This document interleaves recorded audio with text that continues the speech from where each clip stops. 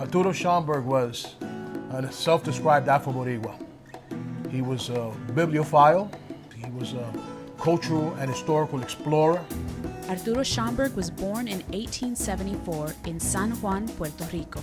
His mother was from the Virgin Islands and his father descended from German immigrants. Although not much is documented of his earlier years, he did tell this story. Arturo Schomburg often told a story, particularly as he matured. He talked about when he was a child in Puerto Rico, asking about people who looked like himself. History books did not reflect his people. It was in his 5th grade teacher that said that the Negro had no history, that because he had this Negro blood that he was kind of unimportant. This childhood moment would go on to change the trajectory of Schomburg's life. He made it his lifelong mission to prove that one instructor wrong, and he did so brilliantly. Now this story is in some ways symbolic of so many people of color in the world, where questions of racial identity have often been submerged to national identity.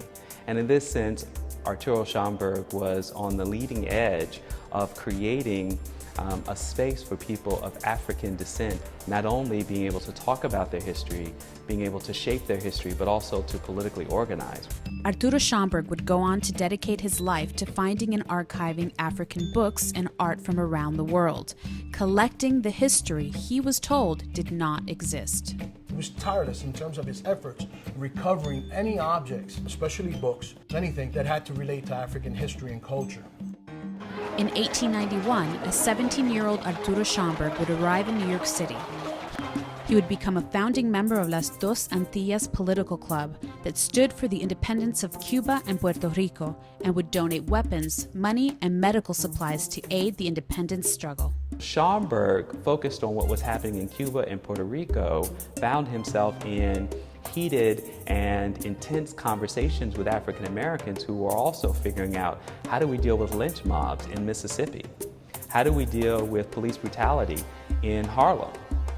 And so he became very close friends. They agreed upon a course of action that would make learning, intellectualism, and history a crucial resource in the activism itself. And his collection played a large part in his endeavor. Schomburg would store his books and artwork in his Brooklyn home, which over time became a library and a significant source for intellectuals and activists of the day.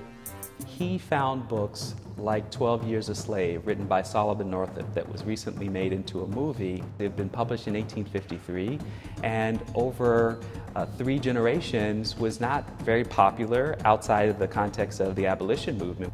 Schomburg sold his entire collection to the New York City Public Library for $10,000, and it would become a mecca for intellectuals during the Harlem Renaissance.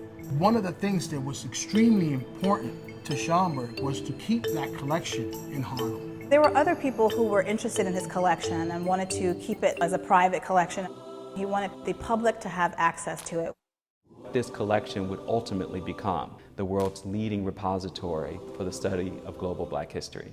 The legacy that Arturo Schomburg leaves behind is letting the world know that there are people all over that have African heritage who have contributed to all things possible in this world. His love for Puerto Rico and respect for Puerto Rico's birthplace never died. I think if he were here, I think he would send a similar message to the young Puerto Ricans, which is we all have a contribution to make. Even if people tell us that we can't go there or we're not able to do that, the legacy of Arturo Schomburg says, oh yes, yes you can.